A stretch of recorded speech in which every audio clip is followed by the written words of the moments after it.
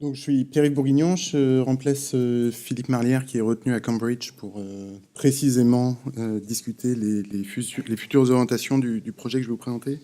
Je suis vraiment désolé, j'ai des diapositives en anglais, je vais faire un effort pour traduire à peu près tout, en tout cas tout ce qui est utile. D'accord. Euh, alors effectivement, on va s'éloigner encore un peu plus des plantes génétiquement modifiées. Ce que je vais essayer de vous donner, c'est un survol qui va être fatalement très succinct des activités de xénobiologie qui sont faites à l'Institut de biologie systémique et synthétique à Évry, à Génopole, et en partenariat avec la société ISMUS que je représente ici. Alors la xénobiologie, c'est quoi? C'est une discipline qui est qu'on appelle aujourd'hui comme ça, mais qui est né il y a très longtemps et sans qu'on cherche à faire rentrer ça dans une case particulière de la biologie.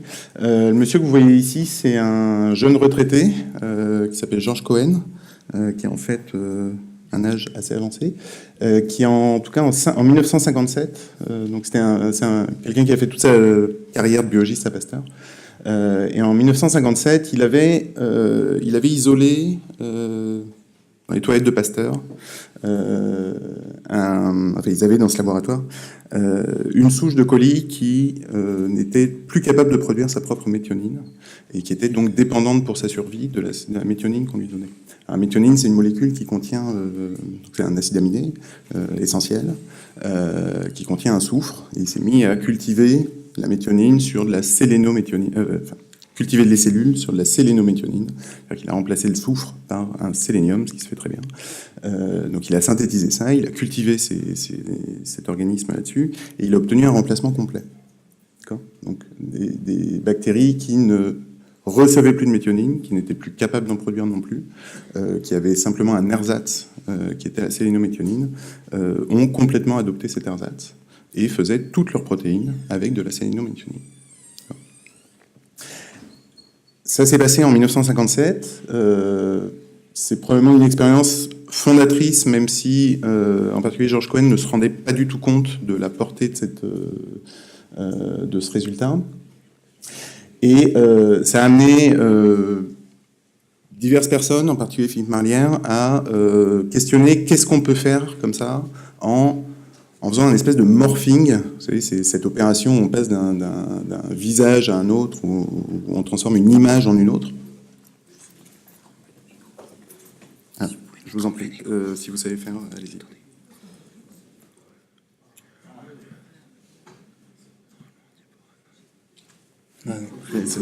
Essayez ça. Voilà. Beaucoup mieux. Ok, donc vous pouvez lire maintenant. Voilà, donc cette expérience de remplacement de la méthionine, c'est quelque chose qui a beaucoup inspiré quelques biologistes par la suite, qui les ont amenés à se demander, essayant de généraliser cette approche, qui ont été amenés à se demander comment on pouvait changer la chimie à l'œuvre dans le vivant, voire même la nature chimique des composants fondamentaux du vivant. Alors, on pourrait passer très longtemps à expliquer tous les tenants et aboutissants et toutes les perspectives de la xénobiologie. Je crois que ce qui était attendu de nous aujourd'hui, c'était de présenter les aspects de confinement et de sécurité des OGM qui sont associés à cela. L'idée fondamentale pour comprendre ce principe-là, c'est ce qui est rappelé ici, c'est que la nature chimique de l'ADN, c'est ce qu'il y a de plus conservé dans le vivant. Donc depuis 4 milliards et demi d'années, il y a peut-être des organismes qui ont essayé de faire de l'ADN autrement qu'avec A, C, G et T, les nucléotides qu'on connaît, mais en tout cas, ils n'ont pas laissé de descendance sur Terre. Donc en termes En termes d'évolution, ce que ça veut dire, c'est que la contingence historique, pour emprunter le terme de Stephen Jay Gould, qui est à l'œuvre quand vous essayez de changer des éléments fondamentaux du vivant, d'accord. Si vous commencez à changer les nucléotides, ça va être tout le génome d'un coup. Il va falloir réadapter toute une machinerie d'expression et tout ça. En fait, ce que ça veut dire, c'est que la barrière évolutive, elle est déjà beaucoup trop haute, et en tout cas beaucoup trop haute pour avoir été franchie en 4 milliards et demi d'années. Paradoxalement, mais c'est un paradoxe qui n'est pas très compliqué à lever, en fait, ce genre de propriété fait des nucléotides la meilleure cible possible pour faire du confinement. Puisque ça n'a jamais changé, si on arrive à nous le changer, on obtiendra quelque chose de radicalement différent, on aura en tout cas augmenté on aura diminué le risque que des interactions soient possibles, et en particulier des interactions en termes d'information génétique. Donc, un des biopolymères intéressants en termes de changer sa nature chimique, une cible intéressante, manifestement, c'est l'ADN. Donc, pour rendre ça très visuel, l'idée ici, c'est on a l'arbre du vivant tel qu'on l'a obtenu de la création, et l'idée, c'est de faire pousser ce petit arbre ici, avec ce qu'on appelle des acides xénonucléiques, donc d'autres composés chimiques que ceux qui composent l'ADN à l'heure actuelle. Alors, il y a plein de manières dont vous pouvez envisager des nucléotides différentes, d'accord. Alors ici, on a une représentation sur la gauche de la structure chimique d'une nucléotide. Essentiellement, on peut essayer de taper partout, d'accord. Alors, ce qui vient... Oui, là, oui. Donc, ce qui vient ici, c'est la base. Ça peut être une des 5 représentées ici, d'accord. Elle est montée sur un pentose, sur un sucre ici, et puis en 5', on part vers le groupe phosphate. Et donc on pourrait imaginer d'envisager d'autres bases, d'envisager d'autres squelettes, donc c'est la partie qui est en jaune ici, envisager une alternative au groupe phosphate, c'est probablement plus ambitieux.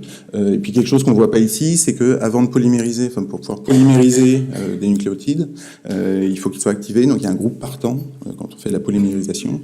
Et ça, c'est aussi quelque chose qu'on pourrait chercher à changer. J'espère pouvoir expliquer pourquoi. Alors, là-dedans, on ne s'attaque pas à tout. Ce dont je vais parler aujourd'hui, ultimement, c'est comment on peut changer le squelette, donc le sucre, ce qu'on appelle des XNA, et puis parce que ça a plein de vertus explicatives, pédagogiques, je vais expliquer une autre direction sur laquelle on est plus avancé et où à laquelle, qui apporte des arguments assez forts, en particulier en termes de confinement. Cette première application, c'est quelque chose dont vous avez probablement entendu parler pour certains d'entre vous. C'est une expérience qui consiste à changer complètement un nucléotide. Comment simple.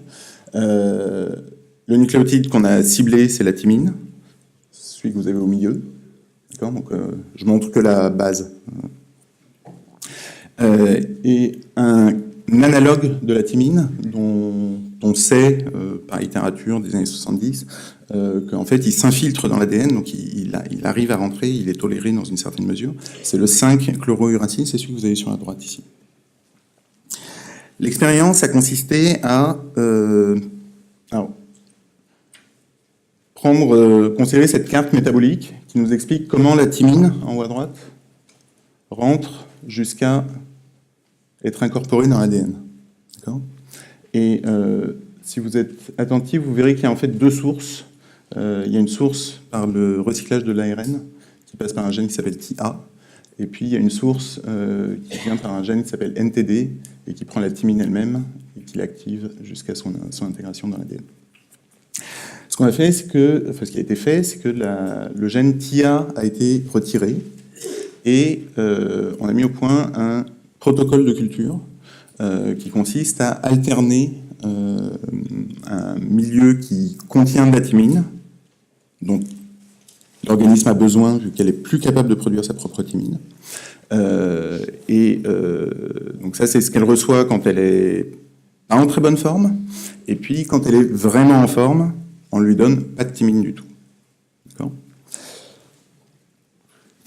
Et si on regarde au cours du temps, donc ce que vous avez en abscisse, c'est le nombre de jours écoulés. Le nombre de fois qu'on lui a donné du chlorouracil tout seul, et donc pas de thymine dans le pulse de médium qu'on lui a donné, on obtient une courbe comme ça. Et quand on arrive ici, évidemment, suffit de faire un bilan de chimie. Il n'y a pas de thymine qui rentre, il n'y a pas de thymine produite à l'intérieur. Donc, il y a plein de génomes dans la culture. Donc, tous ces génomes sont faits d'autres choses. Ils sont faits de chlorouracil à la place de la thymine à 100%. Ce que vous pouvez voir ici, je ne sais pas si vous pouvez lire les chiffres, c'est que ça ne prend pas 4 milliards d'années à nouveau, d'accord ? Ça prend 145 jours. Alors, évidemment, là, on a changé la base. La base, c'est la partie qui est responsable de l'appariement des deux, de la double hélice. Donc, évidemment, ça a des conséquences assez radicales en termes de mutagénèse, ou de pouvoir mutagène, qu'on comprend assez bien avec les deux vues, les deux représentations qu'on a ici. Donc, ce qui est représenté par qui, c'est le chlorouracil. Et vous voyez qu'il s'apparie avec A, comme la thymine, d'accord, c'est attendu. Mais en fait, il a aussi une très bonne propension à s'apparier avec G. Donc, c'est source d'énormément de mutations quand on fait ce remplacement. Et en fait, je pense que c'est l'expérience qui, à l'heure actuelle, a donné lieu à l'observation du plus grand nombre de mutations dans un génome bactérien. Voilà, donc il y a eu plusieurs cultures dans diverses conditions de background génétique et tout ça. Je ne rentre pas trop dans les détails, mais en gros, c'est 1000 générations. Et donc, on a une mutation fixée par génération en suivant une branche de l'arbre de la lignée. C'est simplement astronomique. Alors, ce qui est intéressant, je vous ai annoncé qu'il y avait une vertu pédagogique aussi à montrer ça, même si en fait je veux vous emmener ailleurs. C'est que ces cultures, on les a conservées sous une pression de sélection à pousser de plus en plus vite. Une fois le remplacement complet établi, donc en chlorouracil, n'étant plus exposé à de la thymine du tout. Et au bout de 4000 générations, ce qu'on observe, donc ce que vous avez ici, c'est une photo d'une boîte de pétri. Donc il y a un milieu d'agar enrichi avec du chlorouracil. Donc a priori, on parle des cellules peuvent pousser dessus. Ce qu'on a fait, c'est qu'au milieu, le trou que vous voyez, c'est un trou dans lequel on a mis de la thymine. Donc c'est comme ça qu'on teste les antibiotiques ou des choses comme ça. Et ce qu'on voit autour là, c'est que en fait ici vous avez des colonies de chlorouracil, puis plus vous vous rapprochez du centre, et moins il y a de cellules, ce qu'on appelle un halo d'inhibition. Et ce que ça veut dire, c'est que la thymine est devenue toxique pour ces organismes qui, 150 jours plus tôt, alors un peu plus parce qu'il y a quelques générations de plus, mais disons 1 an plus tôt, utilisaient la thymine dans leur génome partout. Donc ça c'est intéressant parce que ça veut dire que s'ils rencontrent de l'ADN, si on parle d'un organisme naturellement compétent et qui rencontre de l'ADN contenant du thé dans la nature et qu'il essaye de s'en servir, manifestement c'est quelque chose qui est en train de devenir toxique pour lui, et donc l'exposition à du matériel génétique naturel ne pourra pas donner lieu à interférence entre l'organisme qu'on a là et l'organisme résident. Alors, on essaye de pousser ça dans d'autres cadres, en particulier en attaquant donc quelque chose qui est plus ambitieux, en attaquant le squelette des nucléotides. Donc c'est le cœur du projet Xenome. Donc vous avez ici la spécification de ce qu'on entend par un xénoréplicon. D'accord ? Et donc c'est un système dans lequel chimiquement le squelette diffère de celui des bases ADN et ARN, pour lequel on a les 4 bases permettant de coder l'information génétique, qui est polymérisé par une enzyme, une xénoenzyme XNA spécifique, d'accord, à partir de monomères, et qui porte une fonction sur laquelle on puisse appliquer une sélection, ce qui est la condition pour renforcer les choses pareilles. Donc ça se fait pas si facilement que ça, c'est des projets très ambitieux. Donc les principaux acteurs de ce projet sont listés ici. Peter Devine, qui est à moitié à l'ISSB, à moitié à l'Université catholique de Louvain, Phil Holliger à Cambridge, Valérie Pezo à l'ISSB et au CEA, et Victor Pinheiro à University College London. Alors, un exemple sur lequel les travaux ont beaucoup avancé déjà, c'est celui que vous voyez sur la droite. Alors, en haut à gauche, là, vous avez la thymine, telle qu'elle est dans tous nos génomes. Et ici, vous avez le 1,5-anhydroexitol. Et donc, si vous êtes un peu observateur, vous verrez qu'il y a un carbone ici, qui n'est pas là, dans la thymine originale. Donc c'est un vrai changement du backbone, on est passé d'un pentose à un hexose. Et donc ça, c'est la première étape, c'est d'être capable de synthétiser des choses comme ça, c'est quelque chose que Peter Devine et son équipe savent faire très bien. La deuxième chose, c'est d'arriver à en faire un vecteur d'information génétique. Et donc ça se joue sur la stratégie pour y arriver. Pour propager ces choses-là dans le vivant, ça se joue avec un programme de travail tel que décrit sur le schéma à droite. La partie clé, c'est ce que vous avez en haut, c'est que il y a la production d'un produit vital, de quelque chose d'essentiel pour le développement de l'organisme, qui soit dépendante d'un catalyste, alors qui est soit du XNA lui-même. C'est ce qu'on appelle, ça existe pour l'ADN, ce qu'on appelle des aptamères, des petits bouts d'ADN qui sont catalytiques, qui ont des fonctions. Donc ça peut être du XNA lui-même, ça peut être le produit de l'expression d'un XNA via une machinerie d'expression dédiée. En tout cas, c'est un polymère de XNA, et pour l'obtenir, il faut au moins avoir des polymérases, des ligases pour assembler. Donc l'idée, c'est que si on dispose d'une fonction comme ça, qu'on peut envisager d'implémenter avec un aptamère, dans ce cas-là, on peut mettre sous sélection le fait de polymériser cet aptamère à partir de XNA qui ont été fournis à l'organisme dans le milieu. D'accord ? Donc je ne rentre pas plus dans les détails que ça, mais si vous voulez, la clé pour en fait obtenir une véritable propagation de XNA dans le vivant tient à l'existence de schémas de sélection de ce type-là.